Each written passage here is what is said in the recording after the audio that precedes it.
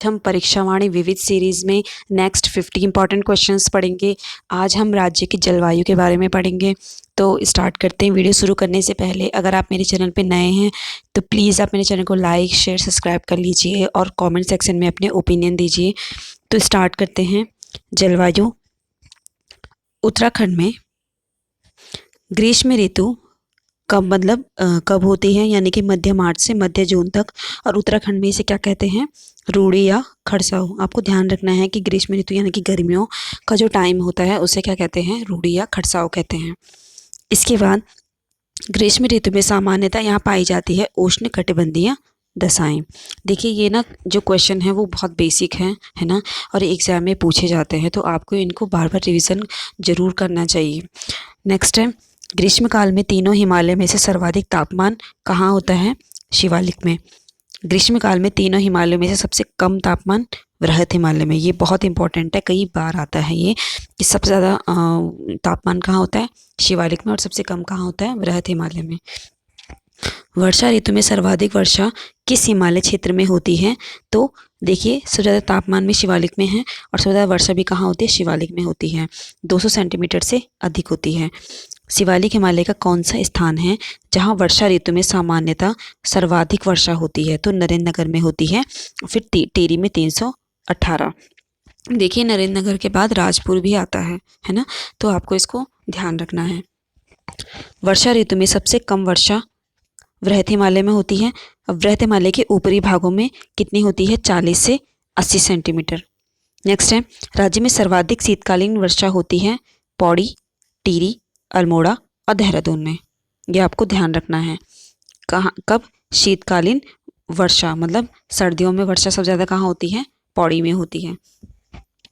Next question भी यही है, सर्वाधिक शीतकालीन वर्षा पौड़ी में होती है। राज्य में औसत वार्षिक वर्षा 150 से 200 सेंटीमीटर तक। राज्य में दक्षिण से उत्तर बढ़ने पर वर्षा की मात्रा क्रमशः क्या हो जाती है, घट जाती है। जैसे मतलब मैदान से और ऊपर, मतलब हम वृहत हिमालय है ना, इन ट्रांस हिमालय इस तरफ जाते हैं तो वर्षा की मात्रा घटती है, और सबसे ज़्यादा हिमालय जो हिमालय का जो शिवालिक वाला पार्ट है सबसे ज़्यादा मतलब वर्षा वहाँ होती है, आपको ध्यान रखना है। नेक्स्ट है, राज्य में अधिकतम वर्षा 2013 में देहरादून में। ध्यान रखना आप लोगों ने। सर्वाधिक तापमान वाला सर्वाधिक तापमान वाला क्षेत्र बाह्य हिमालय यानी कि शिवालिक वाला। सर्वाधिक तापमान वाला स्थान, देखिए ये क्षेत्र है, ये स्थान है पंतनगर में। नेक्स्ट है, सबसे कम तापमान वाला क्षेत्र वृहत हिमालय और स्थान मुक्तेश्वर। सबसे कम ठंडा है ना। राज्य का सबसे ठंडा महीना जनवरी। विंटर लाइन ना घटना कहाँ होती है, मसूरी में होती है, और इसके अलावा स्विट्जरलैंड में होती है। विंटर लाइन घटना कहाँ घटित होती है, मसूरी में।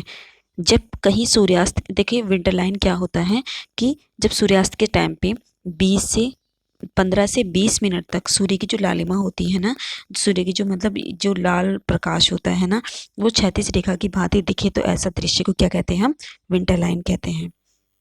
नेक्स्ट है, अब हम इसमें दर्रे पढ़ेंगे। देखिए ये वाला जो इसके जो क्वेश्चन है जलवायु वाले, तो यहाँ पे कंप्लीट हो चुके थे, तो यहाँ से मैंने दर्रे स्टार्ट करे और थोड़ा बहुत हिमनद के बारे में मैंने यहाँ पे लिखा है। दर्रे देखिए, चमोली तिब्बत में नीति, किंगरी मिंगरी, माणा, ध्यान रहेगा।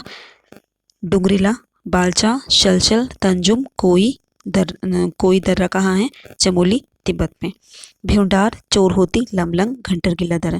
देखिए दर्रों को आप इस तरह से पढ़ना। देखिए सबसे पहले ये इसे ना आप उल्टा पढ़ना है ना। तीन धुरा किसे कहा जाता है, तीन धुरा कहते हैं ऊंटा जयंती किंगरी मिंगरी को। किसे कहते हैं, ऊंटा जयंती किंगरी मिंगरी को। कुंवारी पास कहाँ है, औली के पास दर्रा है। मानसरोवर यात्रा के लिए लिपुलेख दर्रा। दारमा व्यास घाटी के बीच सिल्ला दर्रा। उत्तरकाशी और चमोली के बीच कालिंदी। देखिए जो एक एक सिंगल दर्रे पहले हम उन्हें पढ़ेंगे, फिर जो ज़्यादा वाले हैं हम उन्हें देखेंगे। पिथौरागढ़ बागेश्वर के बीच ट्रेल पास। बागेश्वर चमोली सुंदरडूंगा हो गया ना। पिथौरागढ़ चंपावत लासपा। उत्तरकाशी और हिमाचल श्रीकंठ, ध्यान रखना आपने। इसके बाद उत्तरकाशी और तिब्बत के बीच में थांगला, मुलिंगला, नेलंग, सांगचोकला। ध्यान रहेगा। चमोली पिथौरागढ़ के बीच में लातूदुरा, टोपीदुरा, मारचोंग और वाराहोती। देखिए, अगर आपको दर्रों को अच्छे से समझना है तो मेरी जो ये हिमालय वाली प्लेलिस्ट है आप उस पे जा सकते हैं। वहाँ पे मैंने मैप वाइज आपको बहुत अच्छे से चीज़ों को बता रखा है कि कौन से हिमालय के बीच में कौन कौन से दर्रे हैं। आप वहाँ पे जाना, आपको अच्छे से समझ में चीज़ें आ जाएंगी। क्योंकि क्या होता है कि हमको डायग्राम के थ्रू या फिर हमें पिक्चर के थ्रू चीज़ें अच्छे से समझ में आती हैं, बजाय कि ऐसे सिंगल लाइन के। तो आप एक बार उसे देख लेना, आपको अच्छे से समझ में आ जाएगा। इसके बाद प्रदेश में कुल लगभग ग्लेशियर 238। यहाँ पे हम इसके बाद हम ग्लेशियर की हिम्मत पढ़ेंगे। ग्लेशियर का मतलब क्या होता है? बर्फ़ के पहाड़ होते हैं, है ना। तो ये ग्लेशियर कितने क्षेत्रफल में फैले हैं? 738 वर्ग किलोमीटर में फैले हैं।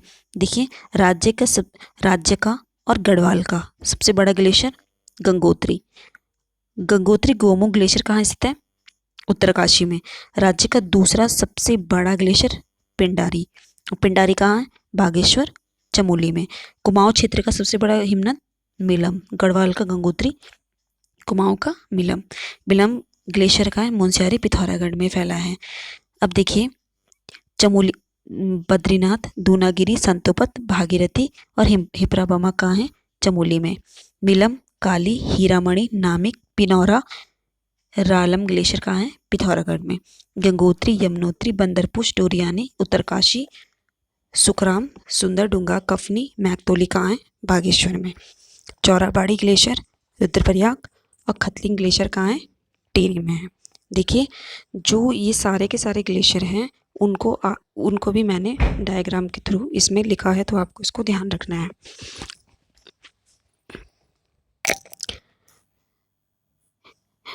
तो होप सो आपको चीज़ें अच्छे से समझ में आ गई होगी। अगर आपका अच्छा सा रिवीजन हुआ है तो आप एक बार जो डायग्राम के थ्रू ऐसे भी देख लेना, है ना, मैप के थ्रू। Thanks for watching.